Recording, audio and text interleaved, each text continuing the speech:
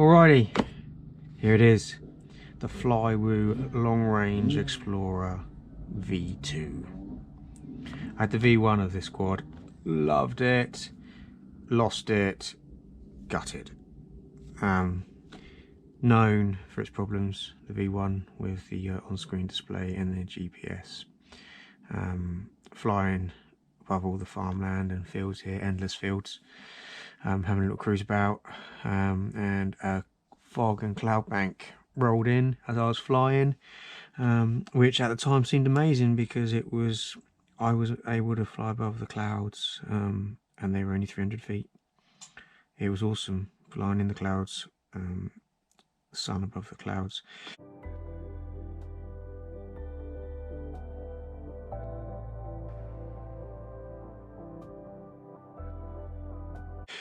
Unfortunately then the on-screen display dropped out and the GPS didn't work, and every time I tried to come back below the clouds, which just got thicker and thicker, I kept losing signal and video feed, and eventually after hunting and hunting ran out of battery.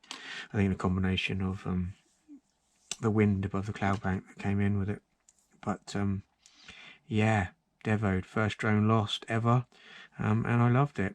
I was so devoed in fact that 24 hours later I shelled out for this bad boy. So this one has got a different stack in it, and so unlike the V1, which was using soft serial for the on-screen display, this one has its own UART, and so you know, should have no problems this time. If I'd have had anything, even distance from home, I would have been able to find my way back. So let's have a look what we get. Alrighty, so we get the Gemfan Hurricane 2-blade clear blue props. Nice. Gemfan Hurricane 2-blade clear grey props. All the chicks love grey. And we get some struts. These were really handy last time. I liked these. They firmed it up even more. I mean, it's not a weak quad, but it is weaker than other stuff because obviously they tried to keep the weight down. But with these on, it's rigid as you like. Battery strap. Some spare wire. This has got the little female pin connectors in there, so it's like these are spare ones to go into a JST connector or something. Loads of spares, loads of spare bolts, and upstand a couple of bolts. Can never have enough spare bolts, so nice one, Flywoo, for that. 2 Flywoo stickers. Flywoo, woo, let's fly. Of course, the silica gel, little Allen key, gift, nice little prop and nut key. Awesome, well handy, appreciate that gift. Please download manual. When receiving quad, please firstly connect with USB for ensuring normal operation of electronic device, and then plug in battery. When connecting flight controller with USB, please do not touch the flight controller components by hand, otherwise electrostatic short circuit is a great possibility. Good to know. When you plug in the battery without propellers, please do not let motors rotate at a high throttle, otherwise it's more likely to cause ESC damage. Good tip. If you have a technical question, we'll be more than happy to help you. Please attach clear photos of your setup and component. Well, I've never had to deal with Flywoo customer services, but let's hope they're better than iFlight, who are just absolutely crap. I could not have emailed iFlight more times for no response. Hey, wait, no spare arm this time. In the V1, you get spare arm. No spare arm on this one. That's a bit gutting. Boo, Flywoo. But here it is. Oh, so chuffed to have this bad boy back. So chuffed to have this back. Love this quad. Alrighty. So, dead cat configuration. Slightly different on the geometric shape of it. They just changed it fractionally. The arms were a little bit longer. Maybe changed the angle slightly from the V1, but not a lot. carbon fiber sandwich as before, holding the arms, and then a separate carbon fiber sandwich holding all of the components. It's got 16 by 16 Goku little stack in there, and that looks neat, very neat. Neat wiring, neat soldering, nice. Dave C inspired. Looks like 2mm sandwich on the carbon fiber top plate and bottom plates, or maybe that's 1.5 on the top, 2mm on the two bottom ones, and then that's a 3mm maybe on the arms. We've got the Dave C inspired motors, and those are the 14042s. They're 2750 kVs, and they are just lush. They look lush, they feel lush, they just feel quality. Real nice. Liked them before, like them again now. So again, we've got the dead cat configuration, so no props in view when you're going to film. This cable here, this is for the Insta360 SMO 4K camera power cable. I don't have one, but I've got the naked GoPro with the Betaflight V case, so I'll change that plug and use that for that. Nice to see it's coming off a stack as well, so it's already voltage regulated, so no spikes going to the GoPro. And then obviously the Beta FPV cases with its board has got its own regulator in there, so no danger of hurting your GoPro with that. Lovely. I'm running the Crossfire with the Immortal T. Obviously, why wouldn't you? It's a long range quad, and it's a natural choice. Good extended antenna again on a soft mount TPU for if you crash it bends. And on the number one, some people had issues with the range, and it turned out to be the antennas. Like if you flicked this, you could hear a rattle, and it was a damage inside, so people were having to replace the antennas, and the range issue was fixed. GPS on the back this time looks coated in copper, little copper insulation, so it should work better. There's the lost alarm with flashing light beeper. That actually will zone battery in it, so that'll work whether the battery's dead or disconnected or whatever. But every time you disconnect the battery, you have to press this button in here and hold it, because it will beep at you. Nice TPU parts again on the ends of the arms to protect the arms on any heavy landings, like that. We've got the Cadex Vista. I've been loving the Cadex Vista. You know, okay, it can't onboard record, but it's a great little lightweight unit. This one's coming with the Nebula Pro. My V1 had the DJI FPV camera, and I love those cameras. They work really well. I'm getting great footage from them. We'll see how the Nebula Pro performs. I've seen a couple of videos, and some people are experiencing a colour change as it rotates in and out of light. If that is the case, then I'll probably change it for the DJI Air unit, DJI FPV camera, because if you're running the 650 battery on the 4S, this is under 250 grams, and that means it can fly in the A1 category, so we can fly in built up areas and around people or closer to people anyway, and that's important to me. So I want that to be able to get good footage. I will be using it with a naked GoPro, and I will be using it with bigger batteries and flying it in the A2 category, but sometimes I want to be able to fly it in the A1. Got the XT30 connector, as I say, running on the 4S, and it's very neat. The tape here rather than the tubes, obviously like weight saving. Really neatly done. It's just very neatly put together. It feels solid.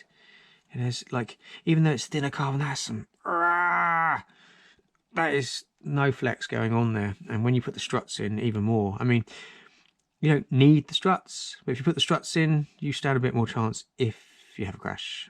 It will take it. So yeah, all in all, looking pretty good. I can't wait to get this baby in the air. The TPU again, like covering the camera, giving that some protection. I mean, this was the first, Dave, this is the V2, but Dave C was the first one to come up with this with Flywoo. And everyone else has copied because they're awesome.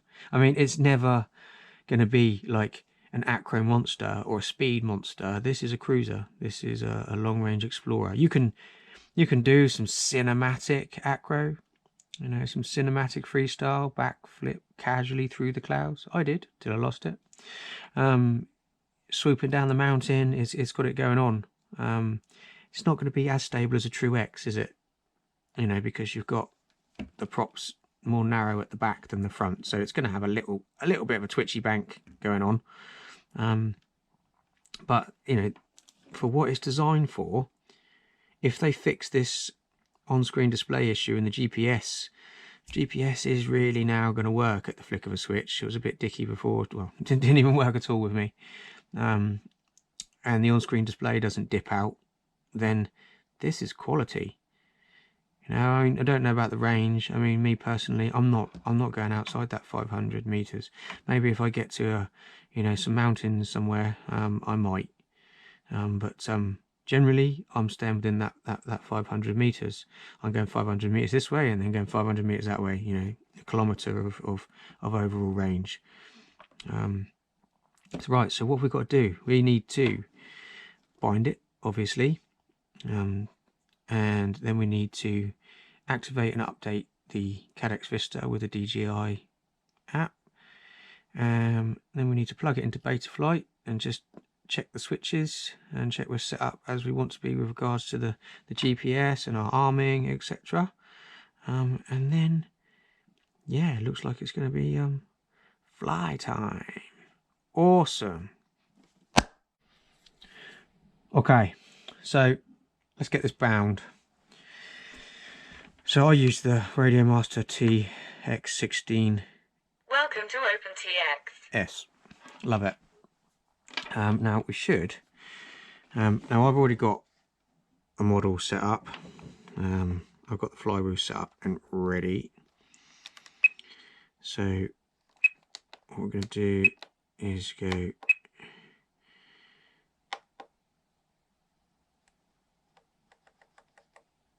that ready for bind. Now we should be able to just plug this in and power it and do it, if we are lucky, rather than putting the battery in first. Yeah, there we go. Okay, and she's flashing, she's ready, so we'll just hit bind. We are binding.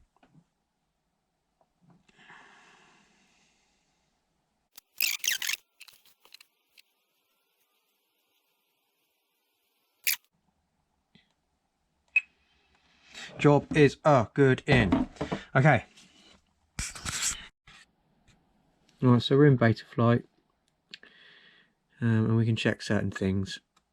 So we can see from the configuration that our props are meant to be going in, which is good for us to know. Go to the failsafe. Now we want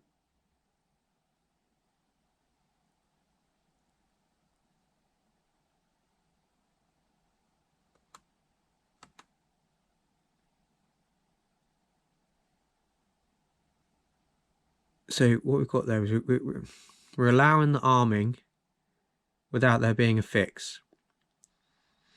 Okay, now that's in case we want to fly somewhere where we might not be able to get a fix.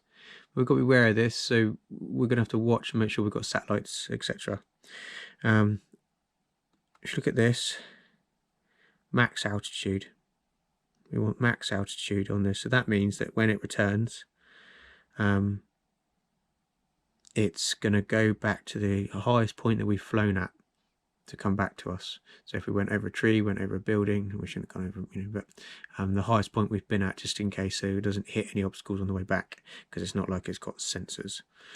And then failsafe only, and that's going to mean that we can gain recontrol of it and stuff like that as well. So that's good. Now if we go, we're going to leave the PIDs. We can check the receiver. Yeah, we're all on throttle. I'm going to adjust those. You can see my values are a little bit not sat dead central there, so we need to change that a little bit, but I won't bother with that right now. And then in the modes, so what I've got is I've got auxiliary 1, there's my arm, auxiliary 2, we set that up, so we've got angle mode, horizon mode, and then the last one would be acro. And then get rid of that. Let's hide what we don't need. Now I've had a GPS rescue, flick of a switch. Let's hope it works. Okay, so there's our GPS rescue. Beeper. And then flip over after crash. In fact, I'm just going to change that around. And we're going to have beeper in the middle.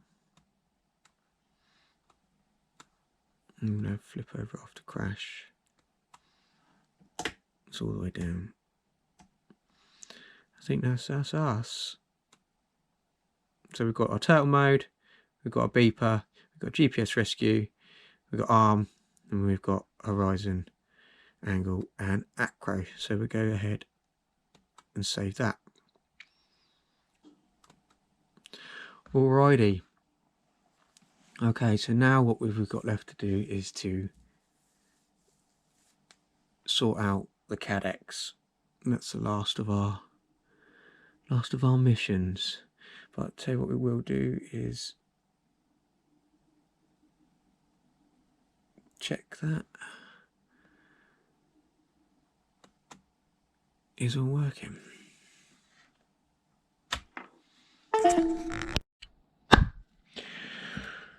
Okay, so now we're going to plug her in, and all we're going to do is just arm it, and then we'll be able to see as well the motors will spin in the right way. I'm sure they are.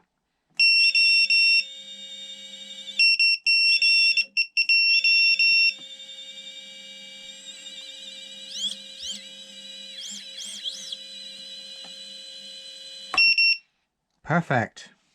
Okay, so now we are going to connect it up to DJI and get the firmware sorted on the cadecs Vista. Alright, so now we're in DJI Assistant.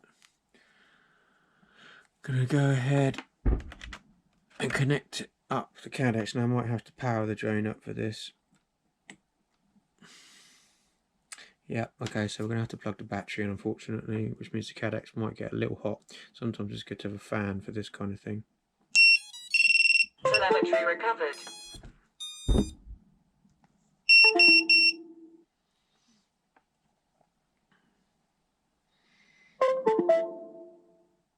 And it should.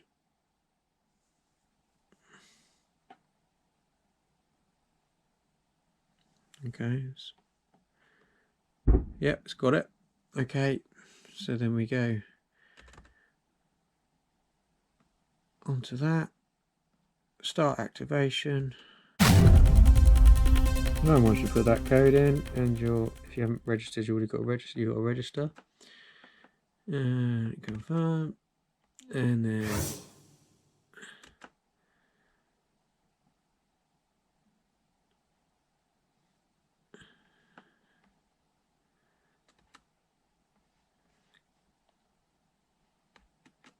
so agree to everything. Sign your life away.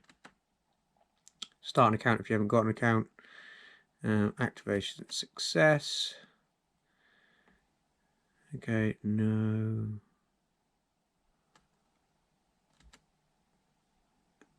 And then new firmware. And then we have to wait. So I will speed this up.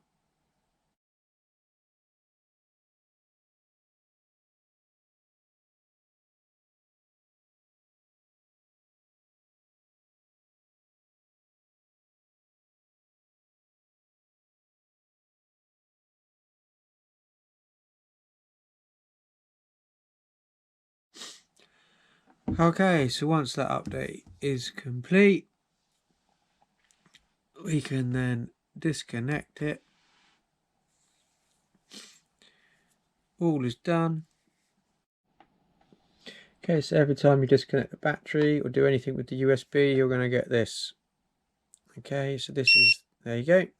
So we've got to do is on the right hand side here, just hold that down.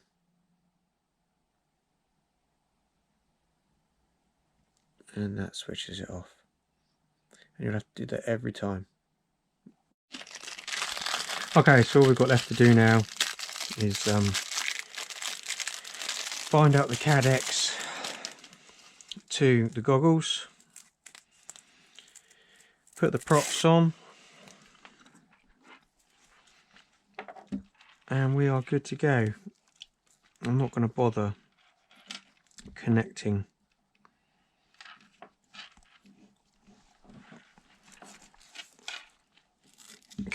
up the naked GoPro just yet.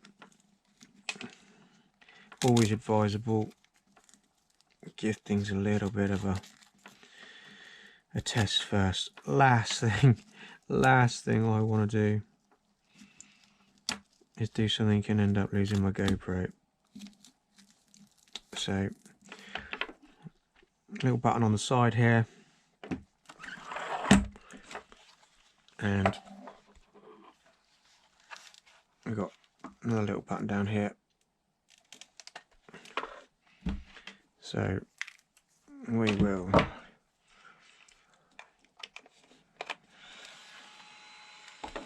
switch on the goggles.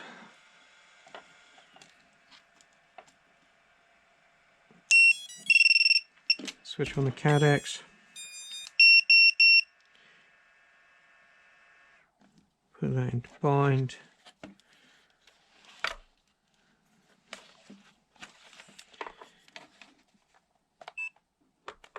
That into bind.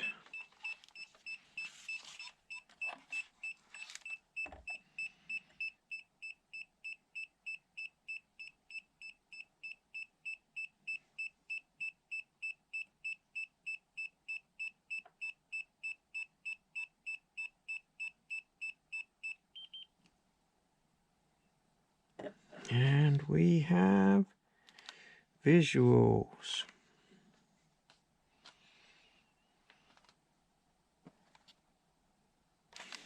Okay. And turn that off. You have to watch it with the cadecs, it does get hot. And again,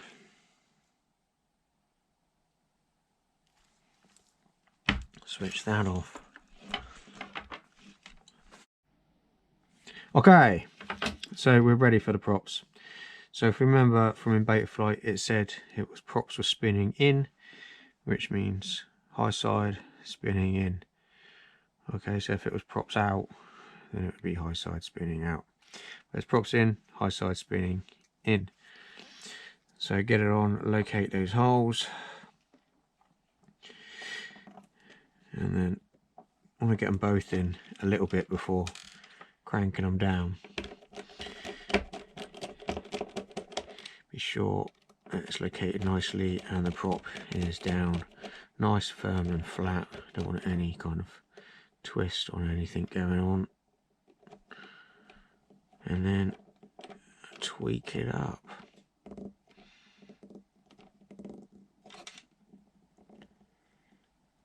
Now we're going tight, but we're not going like, not wrench it through the plastic or nothing, or thread it. You can check these and the bottoms of the motors after one or two flights, but just go back and forth between the two screws, bolts, whatever you want to call them, back and forth a little bit.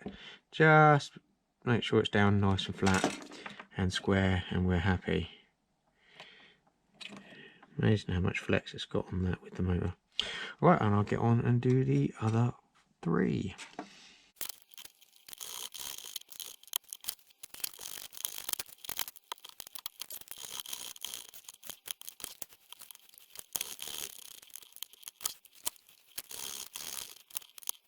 Alrighty, So that's the props on. So now it is worth just giving everything a quick tweak, because sometimes from factory, sometimes something can go amiss. I'm sure Flywoo will have actually put Loctite in these. On the TPU one, you could tighten forever, I expect, and it would just end up going through the TPU. I might even put a washer on there to back that up. It's not a bad idea. But don't just crank it right the way through, because you will literally just crank it through the TPU part. And these are quite cool. They're good to protect the ends of the carbon fibre.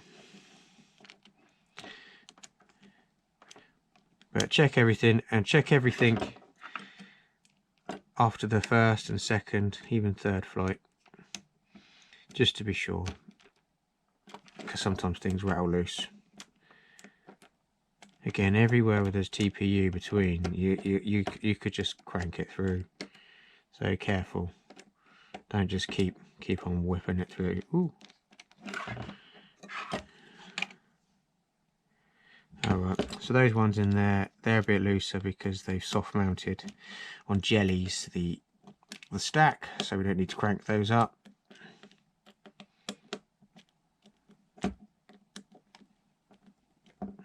Same with the Vista, don't need to crank that up the same.